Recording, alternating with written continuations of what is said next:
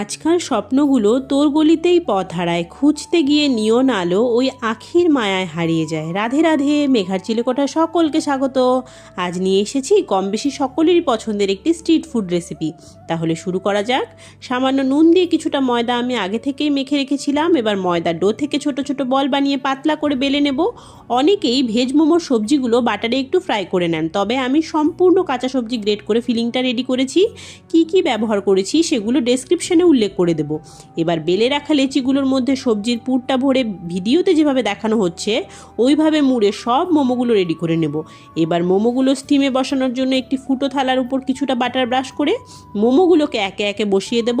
এবার কিছুটা বাটার মোমোর গায়েও ব্রাশ করে দেবো, এতে মোমোগুলো নরম হয়। আমি মোমোর সাথে পরিবেশনের জন্য স্যুপও বানিয়েছিলাম, যা সহজেই তৈরি হয়ে যায়। এই রেসিপি অন্য কোনো দিন শেয়ার করব। ফুটন্ত স্যুপের গামলার উপর আমি মোমোগুলো স্টিম হতে দিয়েছিলাম। মিনিট 10 মধ্যেই মোমোগুলো সুন্দরভাবে স্টিম হয়ে যাবে। এবার নামিয়ে নিয়ে সস, মোমোর চাটনি আর এক বাটি গরম স্যুপ সহযোগে পরিবেশন করুন দুর্দান্ত স্বাদের বাড়িতে তৈরি ভেজ মোমো। তাহলে আজকের মতো টাটা, সকলেই ভালো থাকবেন। রাধে রাধে।